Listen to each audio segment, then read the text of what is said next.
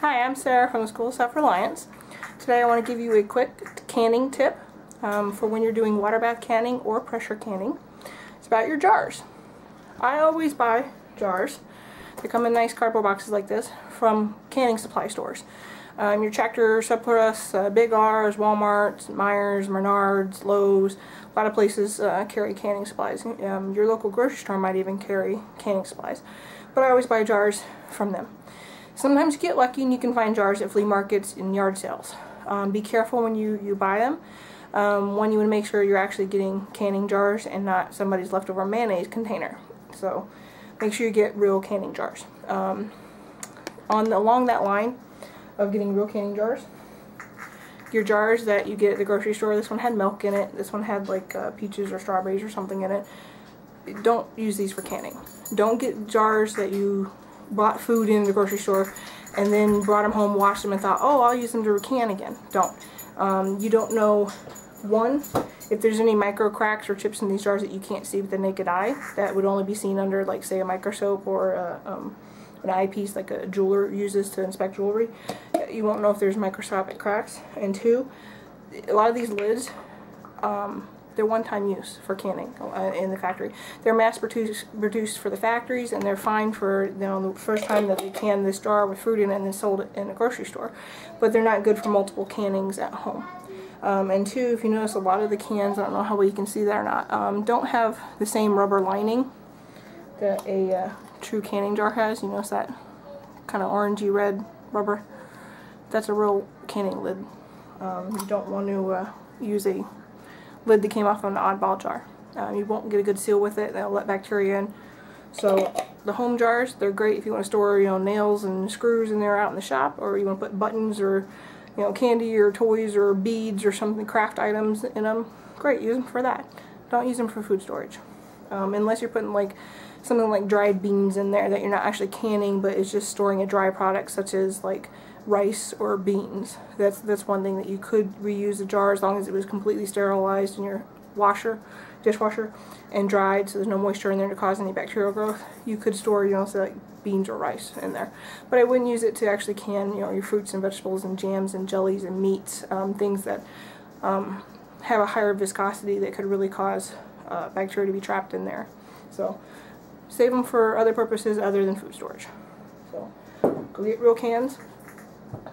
That way you have actual canning jars that were made for canning, whether they're Ball or Mason or any of the other brands out there. There's several different brands, Ball being the most prominent and well-known brand, and the brand I prefer. I like Ball products.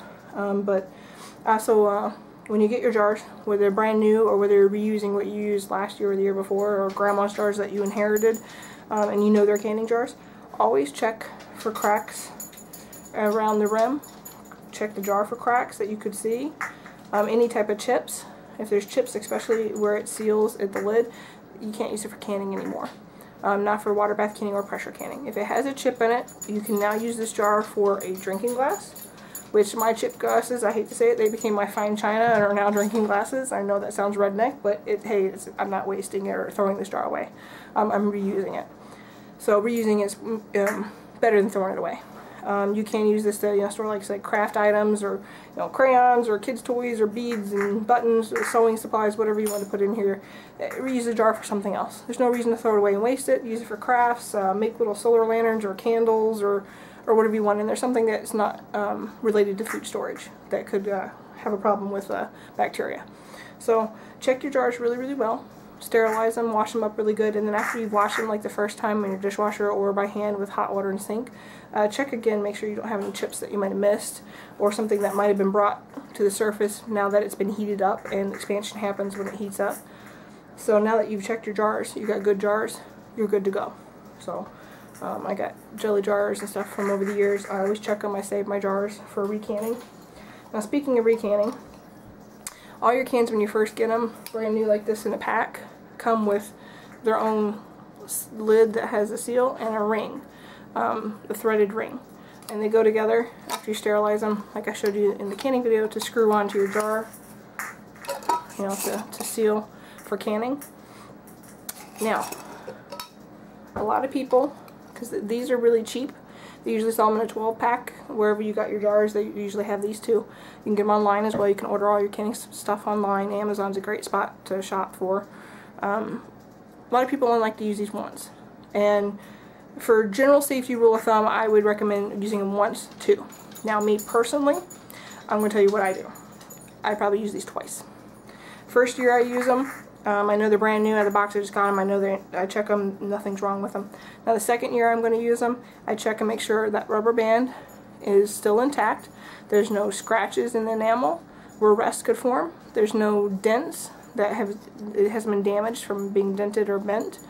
I make sure the rubber ring is completely intact. There's not any part that's missing or damaged or bubbled up or scratched off or anything like that. If it still looks like it's in just as good a condition it was the year I bought it, I'll use it a second time instead of wasting it and throwing it away.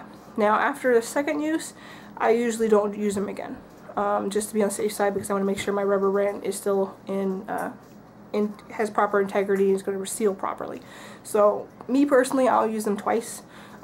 Beginners, and if you're new to this, you should only use it once until you have been doing this for many years and you know what to look for, and you can spot, you know, a bad lid from a good lid, just like you can spot a good jar from a bad jar. So if you're new to this, or you haven't only been doing it for a year or two or something like that, only use your lids once. If you've been doing this your whole life and you've been learning from, you know, not only the church ladies and your grandparents and stuff, but have been doing this yourself as an annual, almost everyday thing, like I have been doing in my home, you'll learn that you can use that lid a second time.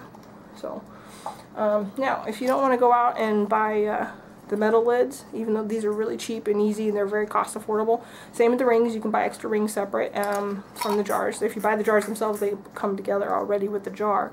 But if you need to buy extra rings or lids, they sell them separately. They're very cheap. But if you don't want to deal with those, or you're worried about rust, or something you want to use more than once or twice, right here, this is the product to get. Tatler, the best out there. These are reusable. These, they come in wide mouth and regular. That's a wide mouth. That's a regular mouth. See how much bigger? Even your quart jars, if they have a wide mouth or a regular mouth, just it'll say so on the jar. I personally buy wide mouth. The kraut we just did is wide mouth. The jelly I showed you earlier is a wide mouth. I like wide mouth jars. If it's easier to put food in there, it's easier to pack stuff in there. For me, I like wide mouth. Now your jelly jars are pretty much all the regular size. They come in standard small for jellies and jams. That's not a big deal. They sell Tatler rings in both. This product is nice. They're made in the United States, right here in USA. You can find these online. Some stores carry them.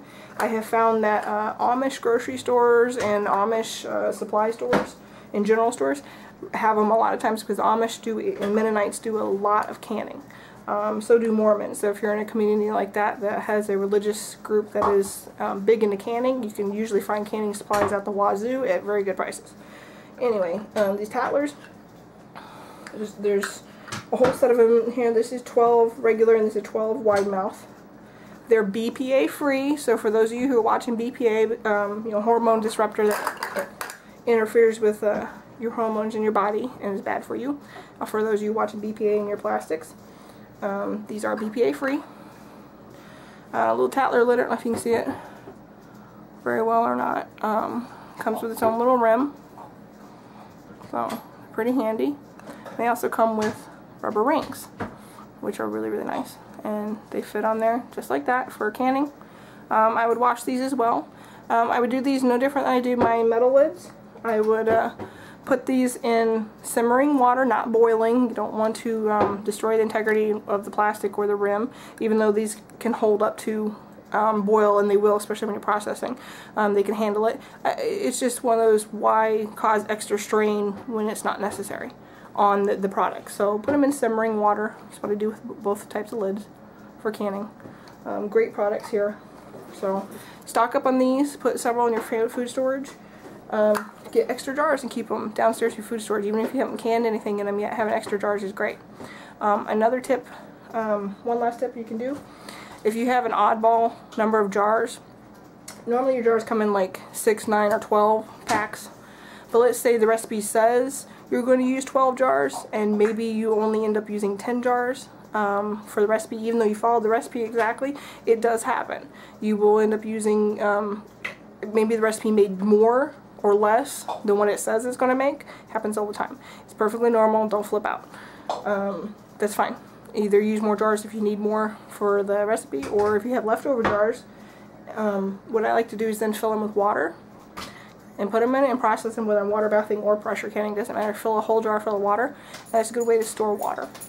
Now you do have to remember that heating up water can cause like a cloudiness to form at the bottom. That's usually your chlorine if you're on city water that has chlorine in it, or if you have well water, that'll be your you know, salt and minerals that are naturally occurring in your well water. Might form at the bottom of your jar. It's not bacteria, it's not mold, don't freak out. That's kind of normal if you're canning water. But it's a good way to store some water that is now sterile and put up for long storage because it's sealed. Just remember, anytime you store water like that, whether it's canned or in jugs, aqua jugs, that it'll go stale. So that means you need to re-aerate it. And re-aerating water is very easy. You just pour it back and forth to aerate it, and then it tastes like, you know, fresh water that you'd be drinking, whether it's out of your fridge or out of a bottle, instead of something that's been sitting on your shelf in your basement for a year or more. So anyway, that's my tip on jars, on making sure you get good jars that are not cracked or chipped, and if they are, what to do with them, and then what to do about lids. So I'm Sarah from the School of Self-Reliance. I hope you've enjoyed this tip, and I hope it helps you out when you're canning. And get in there and into your kitchen with your little fellers and teach them some canning skills too. Sorry about that. Find us on Facebook, like us on YouTube, and keep watching our videos. Thanks.